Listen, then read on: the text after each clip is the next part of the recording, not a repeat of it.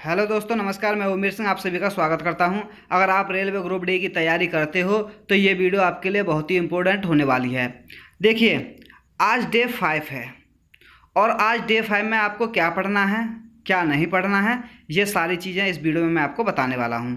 अगर अभी तक आपने मेरी पहले की 4 वीडियो नहीं देखी हैं तो पहले प्ले लिस्ट में जाकर उन्हें 4 वीडियो को ज़रूर देखें, ताकि आपका क्रम बना रहे और आपको पता चल सके कि हमारा कितना सिलेबस कंप्लीट हो चुका है और हम क्या क्या पढ़ना हमें बाकी है। तो चलिए, आज मैं आपको मैथ के बारे में बताता हूँ। सबसे पहले मैथ में हमें क्या पढ़ना है। देखिए, हमें सबसे पहले मैथ पढ़ना है। 3 दिन से मैं मैथ करा रहा हूँ, मैथ बता रहा हूँ कि आपको मैथ पढ़ना है, मैथ पढ़ना है, ये पढ़ना है, वो पढ़ना है। आज आपको मैथ नंबर सिस्टम का जो टॉपिक चल रहा है वो कंप्लीट करना है, फुली यानी कि फाइनली फिनिश करना है चैप्टर को। सारे क्वेश्चन करने हैं और जितना क्वेश्चन आपके रह रहे हैं वो भी कंप्लीट करना है, और जिन्होंने क्वेश्चन कर रखे हैं सारे कंप्लीट हो गए हैं वो दोबारा से इसको रिवाइज करें चैप्टर को। जिनके बच रहे हैं वो इन चैप्टरों के क्वेश्चन को दोबारा से करें, रिवाइज करें, कंप्लीट करें। जैसे भी करके आज इस चैप्टर को आपको फिनिश करना है। यानी कि इस चैप्टर में आपको इतना आना चाहिए कि जितने भी फॉर्मूले हैं वो आपको, जो आप अब तक ऐसे याद होने जाने चाहिए कि कोई भी फॉर्मूला आपसे पूछ लिया जाए, धड़ाक धड़ाक फॉर्मूला बता दिया जाए, तुरंत बता दें आप, तो तुरंत बता दें। इस तरह से आपको याद होने चाहिए और लिख लिख के याद कर लें। अगर तो याद नहीं हुए हैं अभी तो लिख लिख के याद कर लें। आज आपको नंबर सिस्टम का पूरा ही टॉपिक कंप्लीट करना है, इस तरह से कि नंबर सिस्टम का कोई भी क्वेश्चन आपसे छूट ना पाए। तो इसके बाद में आपको पढ़ना है रीजनिंग। अब मैं रीजनिंग में आपको बताता हूँ रीजनिंग में क्या पढ़ना है। देखिए, रीजनिंग में क्या पढ़ना है। देखिए, आज मैथमेटिकल ऑपरेशन करना है आपको। अब देखिए, गणितीय संक्रियाएं होती हैं, ये कैसी होती हैं। देखिए, इसमें एक फॉर्मूला सा दिया होता है, प्लस माइनस के सिंबल होते हैं, बस उनको चेंज करना होता है। जैसे इसमें कह रखा है इसने एक्स स्टैंड फॉर माइनस, यानी कि एक्स की जगह पर आप माइनस रखोगे, और डिवाइड स्टैंड फॉर प्लस, यानी यहाँ डिवाइड का सिंबल आएगा वहाँ प्लस रखोगे, और प्लस स्टैंड फॉर डिवाइड, यहाँ प्लस का आएगा वहाँ डिवाइड करोगे। इस तरह से सीरीज जो दे रखी है इसमें आप सिंबल जो दे रखे हैं इनको रखे देखोगे, जिसका आंसर सही आ जाए वही हमारा आंसर है। जैसे मैं इसको बी को लेता हूँ। देखिए, यहाँ क्या कह रहा है, मल्टीप्लाई की जगह पर माइनस कह रहा है, तो मल्टीप्लाई की जगह मैं यहाँ माइनस कर दूंगा, और फिर कह रहा है डिवाइड की जगह पर प्लस, डिवाइड की जगह पर मैं प्लस कर दूंगा। ठीक है, डिवाइड की जगह पे प्लस कर दूंगा। और फिर कह रहा है ये minus stand for multiply, minus की जगह पे मल्टीप्लाई कर दो। अब माइनस क्या मल्टीप्लाई कर दो, और प्लस की जगह पे बोल रहा है डिवाइड कर दो, तो यहाँ कर दो डिवाइड। देखिए, यहाँ कर दो डिवाइड। अब आप इसको सॉल्व करोगे तो इसका आंसर 8 इधर है, 80 इधर आएगा सॉल्व करके। तो इस तरह के क्वेश्चन होते हैं जिसमें अगर दोनों साइड बराबर ना आए तो ये समझ लो वो आपका आंसर गलत है, उसको टिक नहीं करना है, वो गलत हो जाएगा। और जहां आंसर बराबर आ जाए, दोनों साइड इक्वल आ जाए, वो ही आपका आंसर है। इस तरह से इन क्वेश्चनों को सॉल्व करते हैं। तो चलिए नेक्स्ट, अब आपको जीएस में क्या पढ़ना है। देखिए, जीएस में आज आपको पढ़ना है, क्या पढ़ना है, 9th की जो बुक है उसके चैप्टर चल रहे हैं, यानी कि 9th की बुक हमें सबसे पहले कंप्लीट करनी है। तो 9th की जो एनसीईआरटी की बुक है हम वो पढ़ रहे हैं पहले। उसका आज चैप्टर 4 पढ़ना है आपको। चैप्टर 3 चैप्टर हम 3 चैप्टर कंप्लीट कर चुके हैं, फर्स्ट सेकंड थर्ड पहले कंप्लीट कर चुके हैं। सबसे पहले आप 15-20 मिनट उनका रिवाइज करें, तीनों चैप्टरों का।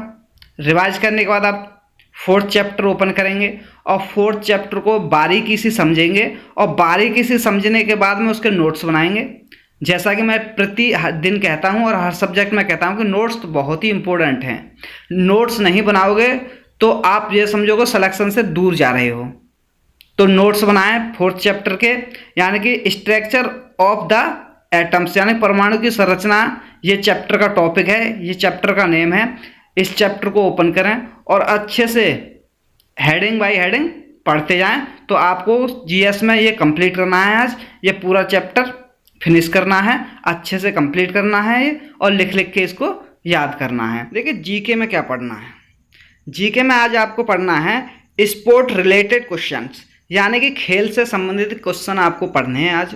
और वो कैसे पढ़ने हैं, कैसे तैयार करने हैं। देखिए, या तो आपके पास करंट की कोई बुक हो, वहाँ से नोट कर लें, या फिर आप यूट्यूब का सहारा ले सकते हो। यूट्यूब के जरिए आप क्या करोगे, देखिए स्पोर्ट्स संबंधित क्वेश्चन कैसे निकालोगे, उसमें खेल से संबंधित क्वेश्चन निकालोगे, डाल लोगे तो अब आप निकाल लोगे आसानी से। टाइप करोगे तो अपने आप क्वेश्चन निकल आएंगे करंट के। अब खेल में याद क्या क्या करना है, जैसे जितने भी देश क्रिकेट खेलते हैं, कबड्डी खेलते हैं, हॉकी खेलते हैं, उन सभी के कैप्टन आपको याद करने हैं, क्योंकि इससे भी एक क्वेश्चन रेलवे ग्रुप डी में 101% आता ही आता है। तो सभी देशों के कैप्टन और कौन फेमस है ज़्यादा, किसके सर्वाधिक शतक हैं, सेंचुरी हैं, किसने सर्वाधिक गोल किए हैं, और किसका रिकॉर्ड कैसा है, ये सारी बातें आप एक नोटबुक लोगे, जो आप नोट्स बना रहे हो वहाँ नोट करोगे। वहाँ नोट करने के बाद में आपको ये सारी चीज़ याद करनी, कम से कम सारे क्वेश्चन याद करोगे तो 150 से 200 क्वेश्चन बैठते हैं। ये सारे क्वेश्चन सभी खेलों से संबंधित देखोगे तो 200 क्वेश्चन करीब आपके हो जाएंगे, और इन 200 क्वेश्चनों में से आपका 1 से 2 नंबर आपका पक्का हो जाता है यहाँ से। ये चीज़ तो आपको करंट में पढ़नी है, स्पोर्ट्स रिलेटेड जो क्वेश्चन है ये करने हैं। इसके बाद में आपको जो हमारा संविधान चल रहा है, भारत का संविधान है, उसमें आज आपको क्या पढ़ना है। देखिए, आज आपको मेन चीज़ पढ़नी है प्रेम्बल, यानी कि उद्देश्य का। इसको प्रस्तावना भी बोल देते हैं, प्रस्तावना भी कहते हैं इसको, उद्देश्य का भी कह देते हैं। तो प्रेम्बल आज आपको पढ़ना है।